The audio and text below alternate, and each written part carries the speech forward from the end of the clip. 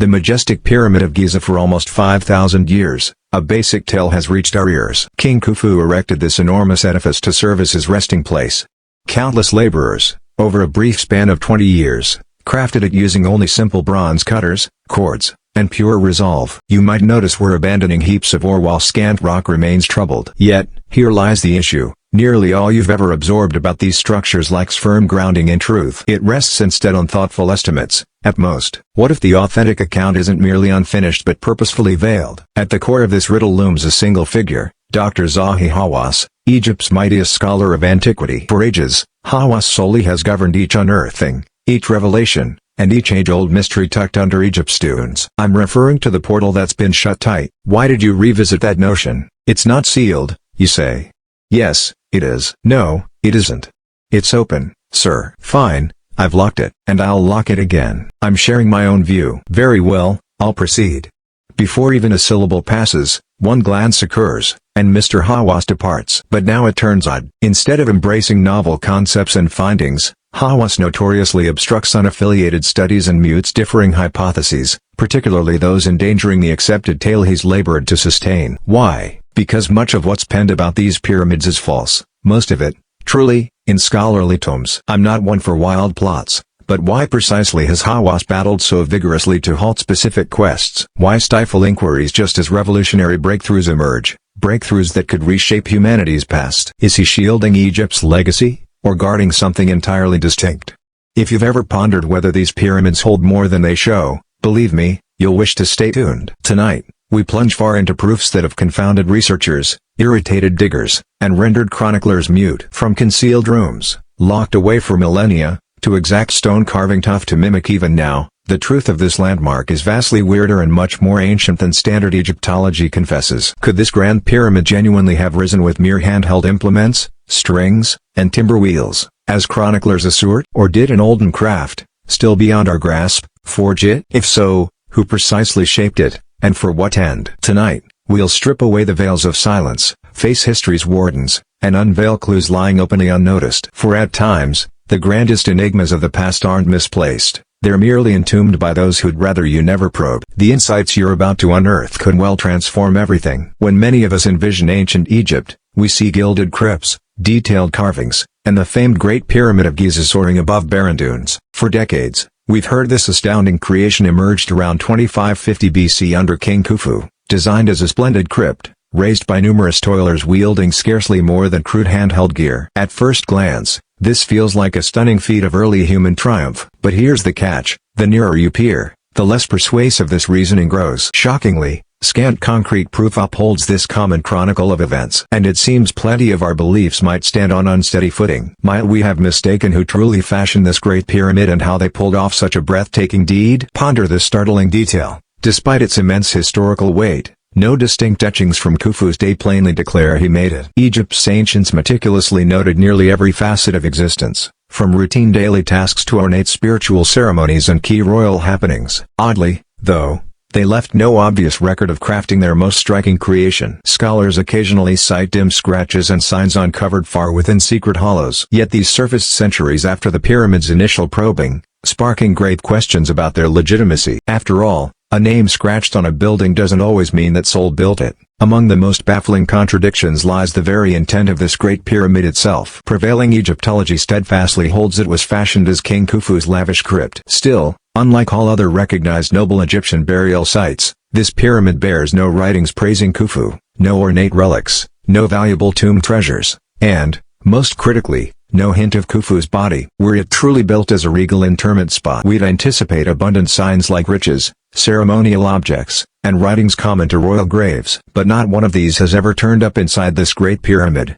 This glaring lack poses a vital query. Might the pyramid's real role have been wholly other, perhaps more refined or practical than chroniclers have long presumed? An even deeper puzzle is the stunning accuracy and intricacy of the pyramid itself. Today's builders and technicians still marvel at how precisely it lines up with true north. Exact to tiny slivers of a degree, within, vast stone slabs, some as heavy as 80 tons, bear marks of sophisticated shaping and pinpoint boring methods that appear well beyond what chroniclers think ancient Egyptians could manage with basic bronze gear. Technician Christopher Dunn thoroughly examined these stone pieces, observing flawlessly circular boreholes and strikingly exact slices, traits nearly unfeasible to recreate with rudimentary means. Modern efforts by current scholars to mirror these slices using bronze cutters have flopped spectacularly. Their implements soon grew useless, and they achieved scant headway even after days of non-stop toil. This prompts a key question: if even today's tools falter at these feats, how did Egypt's ancients attain such exactness millennia ago? Now,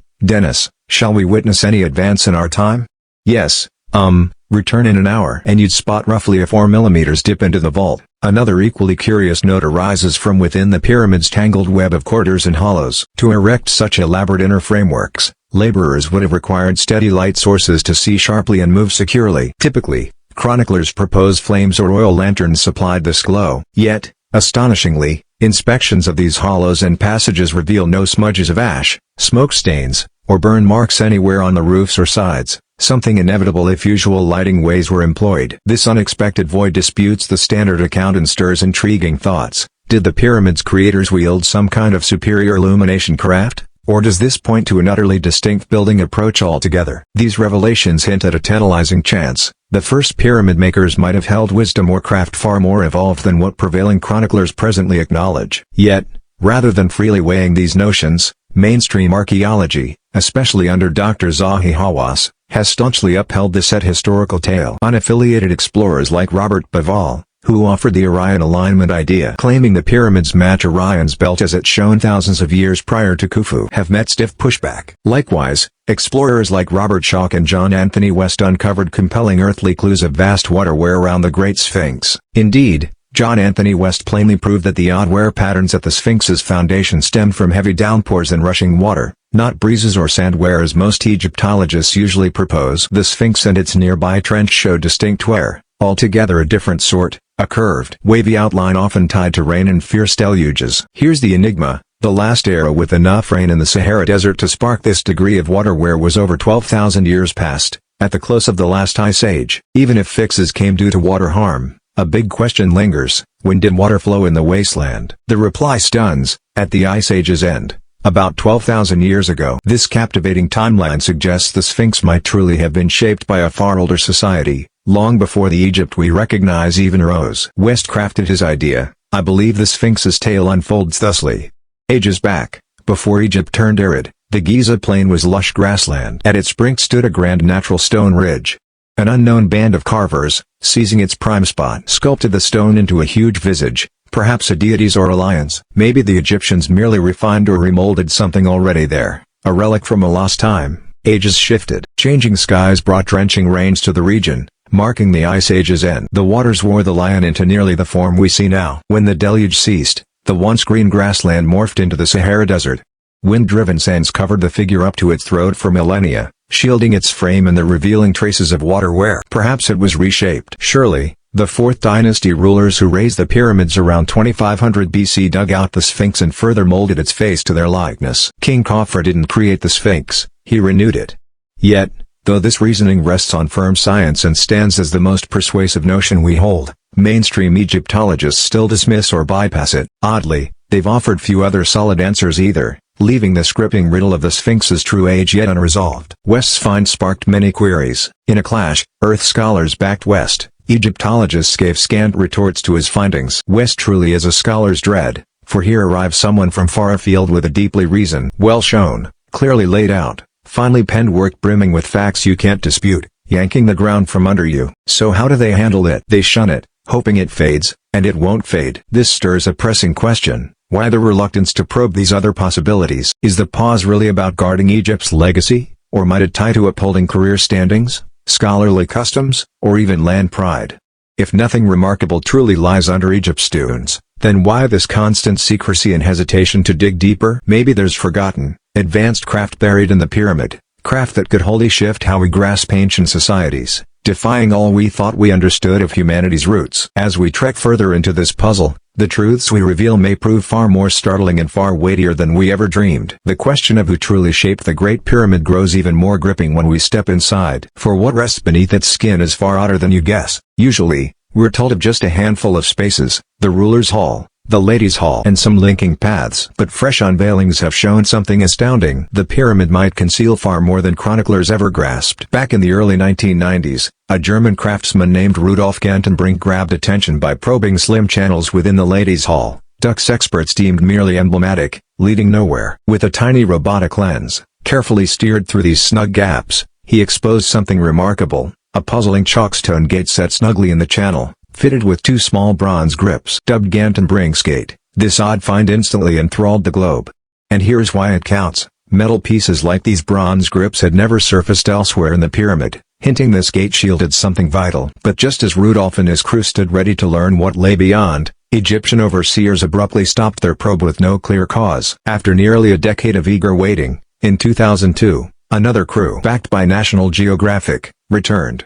They pierced a small hole through Gantenbrink's Gate, only to face another sealed chalkstone sheet right behind it. And, unbelievably, that second gate stays unprobed to this day. Despite ceaseless pleas from scholars worldwide, further study keeps being barred by Egyptian overseers. This sudden halt at such a pivotal moment naturally prompts the thought, what fuels this steady wariness? Are officials truly worried about saving ancient riches, or is there something else they'd rather keep veiled? Then, in 2017, the mystery thickened further. A band of global scientists wielded cutting-edge tools called muon imaging, basically a refined form of cosmic beam scanning, to study the pyramid's innards without harming it. The outcomes were staggering. They found a vast hidden gap just above the Great Corridor, a huge, unknown hollow big enough to match all the recognized spaces within the pyramid. Yet no clear entry exists, and none can guess its aim. Scientists swiftly praised this as one of the grandest archaeological finds in ages. But once more, calls for deeper probing have been steadily refused by Egyptian overseers, citing hazy worries about safety and upkeep.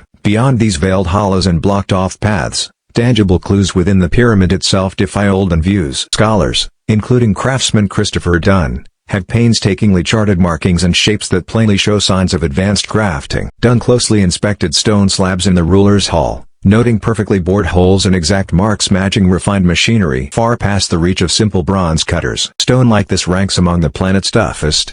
Basic ancient gear would swiftly wear thin or snap outright. So how exactly could ancient shapers manage this millennia ago? All these strange hints, veiled hollows, cryptic gates, exact crafting, point to something striking. Perhaps the pyramid's makers tapped advanced craft, or maybe they drew wisdom from a far older society lost to time. Yet, despite these gripping possibilities, mainstream archaeology keeps a guarded, even protective stance toward further quests. It could simply be that diggers fret over shielding Egypt's legacy from wild claims, but this care might unwittingly block us from unearthing key truths hidden right under our toes. In the end, we're left with several gripping puzzles. What mysteries hide behind those sealed chalkstone gates? What role does the vast hidden hollow found in 2017 play? And could probing these secret spaces at last show who truly shaped the Great Pyramid and how they managed this stunning feat? With so many secrets still tucked deep in the Great Pyramid, one figure stands staunchly between us and the answers: Dr. Zahi Hawass, the man whose choices have molded not just what the masses know of ancient Egypt, but, more crucially, what we don't. For decades, Hawass has ruled Egypt's archaeology, bold, vocal, and fiercely guarding Egypt's olden legacy. He's held mighty roles like Chief of Egypt's High Council of Relics and Minister of Relics, posts that handed him unmatched sway over who may dig, what studies can proceed, and, ultimately, which finds ever great daylight. But behind his fervent push of Egyptian heritage lurks a grimmer truth, a stiff, shadowy system that has steadily barred scholars striving to question said historical tales. Now, Hawass's backers might say he's merely protecting Egypt's priceless wealth from rash or reckless notions. But could there be a more troubling chance? Might Hawass's tight rein deliberately cloak certain truths to preserve cozy, set historical tales, guarding career standings, scholarly ways, or even Egypt's land pride? Share your thoughts below once this clip ends. For by shrewdly picking who may study and exactly what may be openly shared, Hawass has firmly set himself as the supreme warden of Egypt's past. Perhaps hushing finds able to rewrite our full grasp of the ancient realm. Hawass's mark is tangled. On one side, he's ardently boosted Egyptian heritage, vastly lifting Egypt's worldwide standing. But this sway might have borne a hidden toll. His limiting rules might unwittingly, or maybe wittingly, have stalled vital quests and unveilings, leaving crucial truths of ancient Egypt still buried under the dunes. This leaves us with a nagging query: is Dr. Zahi Hawass truly safeguarding Egypt's legacy, or is he shielding something else? Secrets that could wholly recast history. Until Egypt's archaeology welcomes true openness, we may never pinpoint what's stashed behind those closely watched gates. With these queries still hovering, Let's probe some differing notions that mainstream archaeology seems loath to tackle. Unaffiliated scholars have uncovered striking clues that defy the official tale we've long been fed. Earlier, we noted Dr. Robert Schoch's riveting finds on the Sphinx, hinting its roots might reach far past accepted spans, possibly tied to an older, forgotten society. Adding to this chance is Robert Bauval's striking Orion alignment notion. Bauval spotted something uncanny. The three chief pyramids at Giza flawlessly echo the stars of Orion's belt, not as they gleamed in King Khufu's day, but as they stood around 10,500 BC, millennia before standard history allows. This isn't apt to be mere chance. Orion bore deep meaning in ancient Egyptian ways, embodying the deity Osiris, lord of the beyond, renewal, and the endless loop of life and passing. If Bauval's notion proves true, it might mean the pyramid's shapers wielded a refined grasp of star lore, purposely weaving their works with cosmic weight, wisdom chroniclers typically think ancient Egyptians simply lacked. Pushing further, some scholars propose Egypt's grand works might truly link back to a much older, lost society, one with advanced craft and skills vastly outstripping what chroniclers now credit. Craftsman Christopher Dunn closely probed the stone slabs inside the Great Pyramid and found signs of exact boring marks and refined cuts that basic bronze cutters simply couldn't yield. Stone as tough as mighty hard. Even with today's handheld gear, exact cuts like Dunn saw would be tricky. Could ancient Egyptians really have wrought such fine work with crude tools? Or did another society's craft aid them wholly? Another odd mismatch surrounds how the Egyptians hauled vast stone slabs to the pyramid spot. Some of these huge rocks tip scales at up to 80 tons each, and their origin sat over 500 meters off from the Giza plain. Mainstream chroniclers offer no solid reasoning for how ancient Egyptians could have shifted these giant rocks across such wide stretches, especially sans wheels or advanced gear. Even now, moving rocks this big and heavy would pose vast logistical hurdles, needing stout machinery, special hauling rigs, and deep planning. This gaping hole in the usual tale sparks a clear query. How exactly could ancient shapers have managed what'd still be hugely tough for today's builders? Graham Hancock builds on this idea, suggesting there once thrived an advanced worldwide society, now lost to a dire global ruin or slow fade. Hancock cites dig sites worldwide, notably Göbekli Tepe in Turkey, a stunning array of shrines dating back some 12,000 years, as proof of this vanished society. Hancock posits that the refined wisdom these olden folk held wasn't wholly lost. Rather, lingering bits were handed down, eventually shaping early Egyptians. Scholars like John Anthony West and Dr. Robert Schoch share this take, proposing the Egyptians didn't suddenly craft their stunning building, stargazing, and number skills from scratch. Instead, they suggest these advanced gifts were passed from a far older society, explaining why ancient Egyptian ways seem to spring up abruptly, fully honed and refined, rather than growing slowly over time. Though mainstream Egyptology often casts these notions as unlikely or even absurd, mounting clues make them tougher to shrug off. Take, for instance, the cryptic Osirian shrine at Abydos. Built from giant stone slabs, this framework shows advanced exactness and skill matching what we've seen in the Great Pyramid, feats supposedly past early Egyptians' grasp. Likewise, the vast stone chests at the Serapeum of Saqqara display stunning exactness that'd test even today's modern gear, let alone Bronze Age tools. These striking finds gravely test the set historical tale of ancient Egypt, pointing to buried layers of history still awaiting light. Could it be that mainstream archaeology has missed, or perhaps purposely overlooked, clues hinting at an older, highly advanced society behind Egypt's most famed works? If so, who exactly were these shadowy shapers, and how did they wield wisdom and craft far beyond their era? After peering closely at all we've probed, the baffling lack of etchings clearly tying King Khufu to the Great Pyramid, the stunningly exact stonework that seems far too refined for basic tools, sealed hollows still waiting to be breached, and clues suggesting a much older route, we're left doubting the official take on history we've long been taught.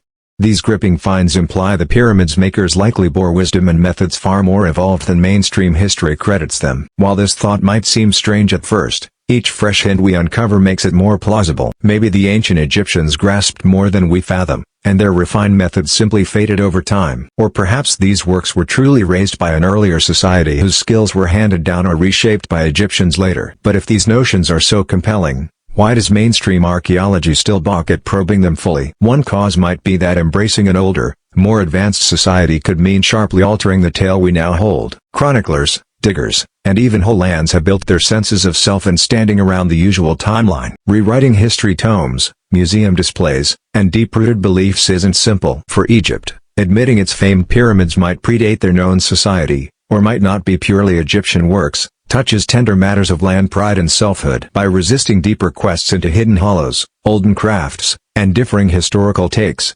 Mainstream archaeology might unwittingly be keeping vital truths buried under the desert sands. Picture if we found stark proof beneath Egypt's dunes of an advanced society lost to memory. Such a find wouldn't just shift our view of Egypt, it could remake our whole grasp of human history, defying all we've presumed about our forebears and the stunning feats they might have wrought. Standing at the edge of these deep mysteries, we must wonder, will diggers at last unseal these locked gates and probe what's tucked inside? Or will the Great Pyramid's secrets stay shut away, awaiting bold futurekin to seek the truth? For more ancient riddles, be sure to peek at our other clips and join us by subscribing as we keep unearthing the gripping tales history still holds to share. Thanks for tuning in, and as ever, till next time, stay well.